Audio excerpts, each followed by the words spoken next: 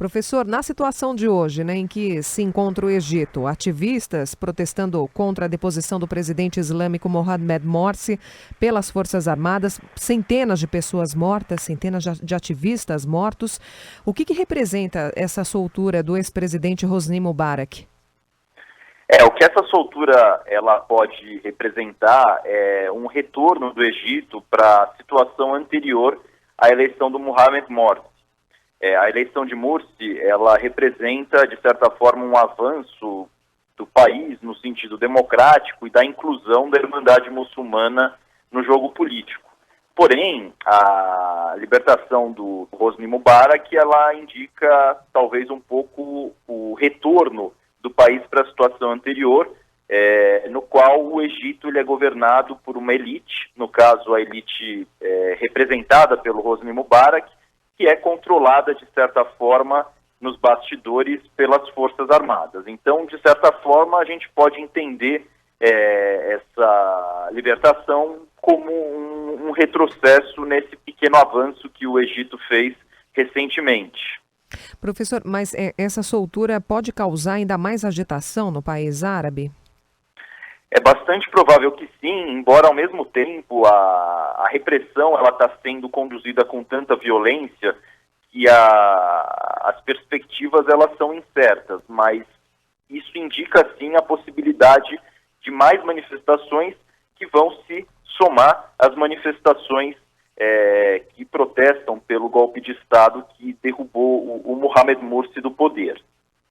O Mubarak está com 85 anos, ele está sendo novamente julgado por uma acusação de ordenar o assassinato de manifestantes durante a revolta, né, que resultou na queda dele em 2011, só que ele já cumpriu prisão preventiva máxima nesse caso e vai poder aguardar o novo julgamento em liberdade. Tudo indica que ele será solto amanhã mesmo.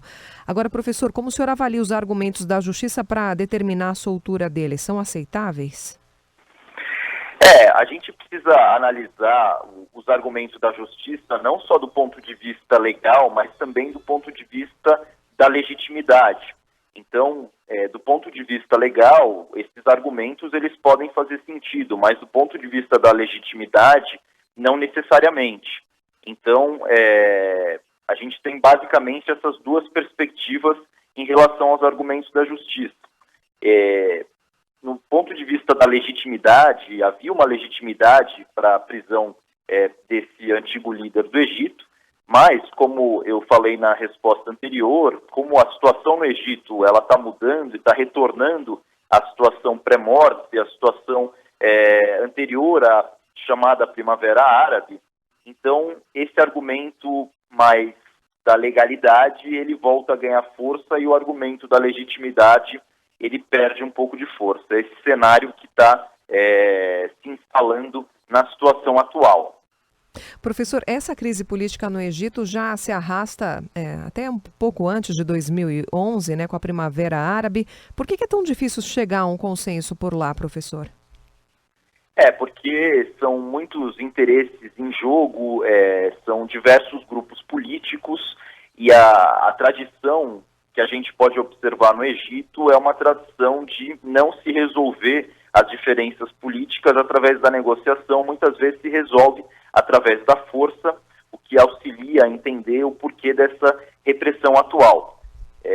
No sentido de determinados grupos, como por exemplo a Irmandade Muçulmana, os seus interesses não serem levados em conta, o que obriga essa organização à resistência civis e que, por sua vez, levam a uma repressão por parte do Estado, particularmente das Forças Armadas, que são o grande grupo, o grande ator político do Egito.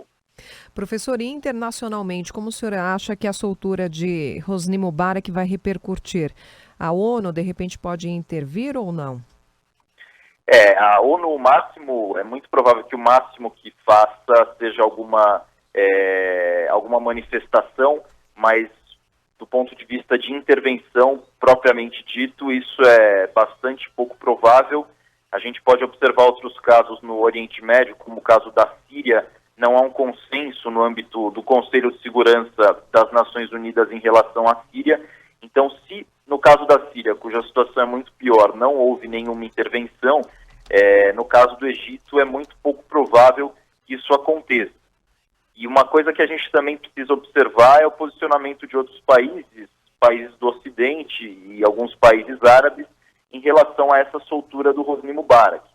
No caso dos Estados Unidos, por exemplo, a posição dos Estados Unidos em relação ao Egito está bastante tímida, embora os Estados Unidos eles tenham cortado o tradicional apoio militar que dão ao Egito por conta dessa violenta repressão por parte do Estado, e ao mesmo tempo a Arábia Saudita ela é um governo que está se alinhando com esse governo transitório do Egito.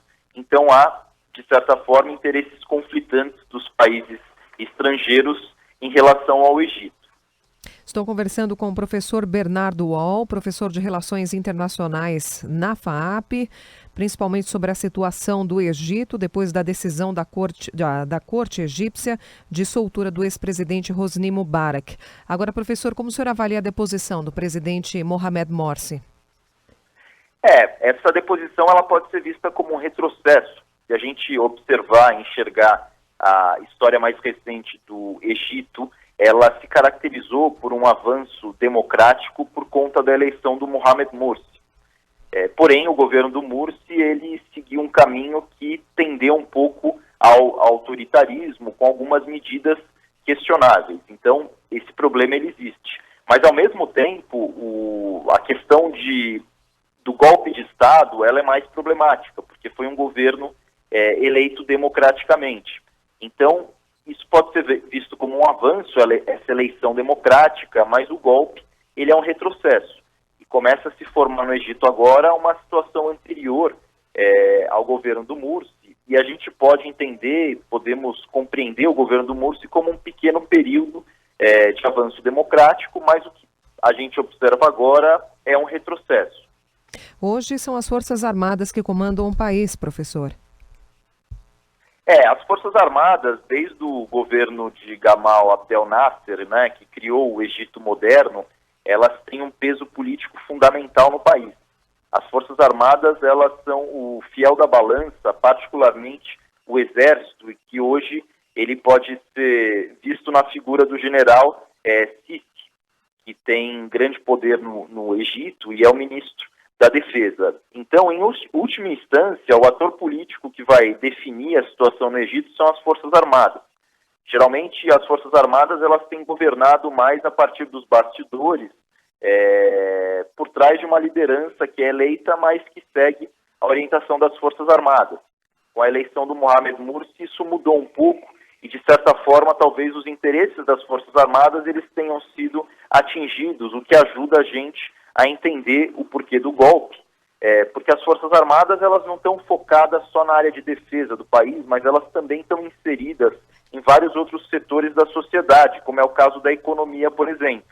Então, se elas têm os interesses afetados, elas vão usar dos seus recursos, no caso de coerção, para defenderem os seus interesses. Então, quando a gente olha para o Egito, observar as Forças Armadas e entendê-las é um aspecto fundamental para poder compreender o jogo político do país.